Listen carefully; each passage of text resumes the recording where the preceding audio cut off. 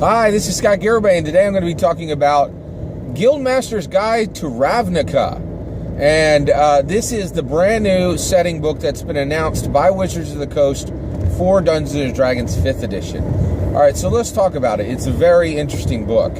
All right, it's really fascinating. By the way, we're going to get into this, but I just wanted you to be aware, I am aware of Wayfinder's Guide to Eberron. That's an entirely different discussion. Let's talk about Guildmaster's Guide to Ravnica. All right. One of the reasons why is this is actually a hardcover book. So first thing is, what is it? So Guildmaster's Guide to Ravnica is a official Dungeons & Dragons 5th edition product that will get a full product release. That means an actual hardcover book. It will cost $50. It will be full color. It will get the full treatment. It will actually come with the Dungeons & Dragons logo on the cover. It will be an official Dungeons & Dragons book. And it's going to be coming out November 20th, 2018. So essentially it's a Thanksgiving release. It's kind of interesting. And it'll be right there available for Christmas purchase. Really, really interesting. Now that's a good thing, right? Actually, no, you know what? It's not a good thing. Let's talk about it, right? So I'm just going to jump into it, okay? There's just so much to talk about here. This is a product absolutely nobody asked for, except in my opinion, one Hasbro executive. That's who this serves. Guildmaster's Guide to Ravnica serves Hasbro. It does not serve Dungeons & Dragons players. It does not serve Dungeon Masters. It does not serve the D&D community. Guildmaster's Guide to Ravnica is truly the product that no one asked for. No one, right? And, you know, one of the things that in many ways, I had to say it, it's a product. It's a product. It is a product that preys on its community, on its the community that can possibly buy it. It's a product. Now, a product is a term I coined a while ago, and to me, the most classic product ever is 3D, right? So, especially the early 2000s 3D. So basically, 3D glasses so that you can watch 3D movies. People don't like 3D. At macro, there's certainly exceptions. There's a few people who like it, but if you take the vast majority of people, they do not want 3D. This has been proven time and time again.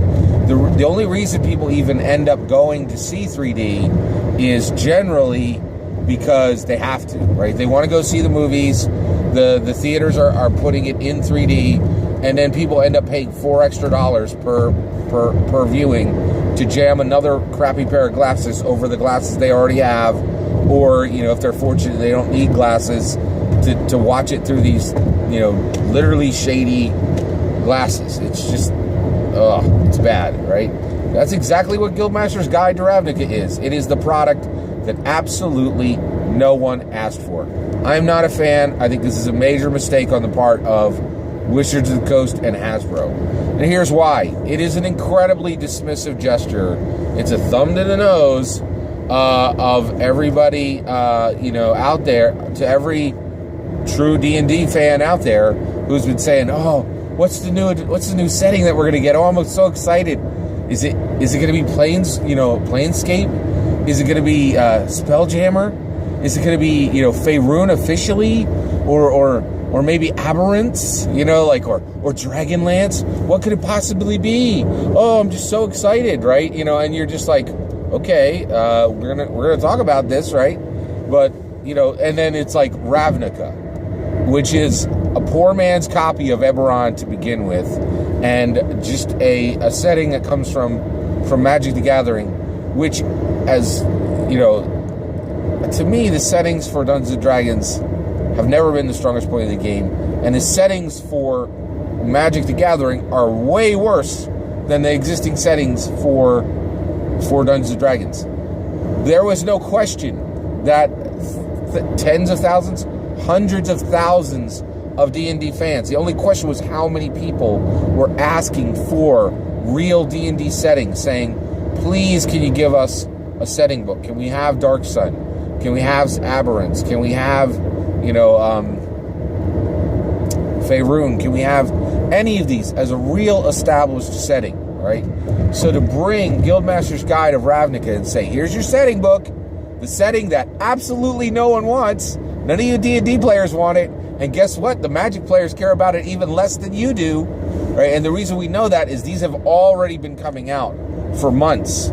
They've been doing these pamphlet guides to Ixalan and Zendikar and all these other things, and they were, man, you will be hard pressed to go find games of this on YouTube or see anyone playing it at your FLGS.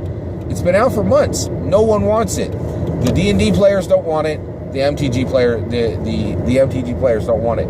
So what I thought was really interesting is, I thought it was interesting that Wizards of the Coast was putting out these pamphlet guides to almost as a taster to see if anybody was interested. Well, the answer came back. No one was interested. Like, this is not something anyone was excited about at the macro level. I'm sure you'd find one or two people that thought this was cool, but at the macro level, no one can contest that anyone from either community wanted this for Dungeons & Dragons more than any of the existing settings as a real supported hardcover. This is a product. This is a product that no one wanted at the macro level. It's bad. It's just really, really bad, right? Now I understand why Wizards of the Coast is going down this road. This is from a business perspective. It's a brilliant idea. It absolutely is a brilliant idea. And the reason why is you got Dungeons & Dragons players. They've already shown that they will continue to play Dungeons & Dragons without setting books. Mike Merles, months and months and months ago, announced on an Adam Cobell YouTube video that one of the things they were thinking about with the source books is they didn't want to repeat source books from the old games, right? They didn't want to just give Dungeons & Dragons 5th edition, here's your official, Faerun. They didn't want to just they didn't want people to feel like 5th edition was, oh, here's your PHB 2, here's your Monster Manual 2, just like you got for 5th edition. So that it felt old and players literally would be, players and Dungeon Masters would literally be bringing back the same book that was already on their shelves again. Right? He didn't want that, right? He wanted each book to be unique. That's why they went down this adventure road. Well, the issue is, I understand from a philosophical perspective what Merles wanted, but players weren't happy. They genuinely wanted these settings books, right? So, but from a business perspective, Magic the Gathering is the flagship product of Wizards of the Coast. It makes factors higher money than I would bet that there's more money made by Magic the Gathering in a single release, in a single pre-release. I'll bet that Magic the Gathering makes more in a single pre-release than Dungeons & Dragons makes the entire year. All right, so Magic the Gathering is the flagship product of Wizards of the Coast. It makes tons and tons of money. This is a product that absolutely no one asked for. And then what you're going to see is, but it's going to work. It's going to work because Wizards of the Coast, it's filled with smart people. I don't think Mike Merles is responsible for this personally. I don't think this was his idea. I think this is a Hasbro Suits idea, and it makes sense from a numbers perspective. So get this. Here's the structure of Dungeons & Dragons overall right now. I'm going to explain it, right? You got streamers out there who are going to stream games of every single official book for Dungeons & Dragons because they're going to get views, right? And it's symbiotic, right? The streamers get a new Dungeons & Dragons book, they can run that adventure and stream. They're going to get views from that. So any streamer who runs Guildmaster Guide to Ravnica, they're going to slap that smile on their face. I'll tell you right now, in my opinion, Adam Cobell does not care about Guildmaster's Guide of Ravnica. I'll bet there's about a 90% chance he's going to run Guildmaster Guide for Ravnica. And if it's not Adam Cobell, it's going to be, Matt Colville, whoever, Taking 20. There's going to be just a whole bunch of people just line up, run that new content because it's the new content. Not because they're excited about it, right? But because they're going to run this content, they got to slap that smile on their face regardless of whatever they think. And so tons and tons of streamers that don't care about this book are going to slap that smile on their face, and they're going to stream the heck out of this, right? People are going to see that stream, they're going to go buy the book, right? And also, it's a Dungeons and Dragons official setting book. People are going to buy it just because of that, right? Then, in addition to that, I think this could capture 1 to 5% of all Magic Gathering players. That's tens of thousands of players. If the number goes higher than 1 to 5%, it could be hundreds of thousands of players coming over from Magic the Gathering to play Dungeons and Dragons, right? From a purely marketing, purely numbers perspective, this is a very, very smart product from Hasbro, from Wizards of the Coast, for Dungeons and Dragons. I think it's soulless, and I think it is incredibly disrespectful to the D&D community, who have been crying out for an actual setting for Dungeons and Dragons. So right now, we have an inversion of the old settings. You know, for 4th edition, 3rd edition, 2nd edition, 1st edition, we got a setting book with an adventure in it.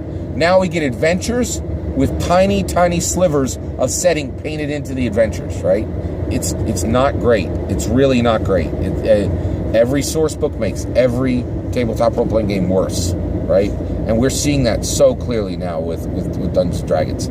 So Guildmaster's Guide to Ravnica is going to be the same situation, where you just got, people coming down and putting down their money for this product that really nobody wanted.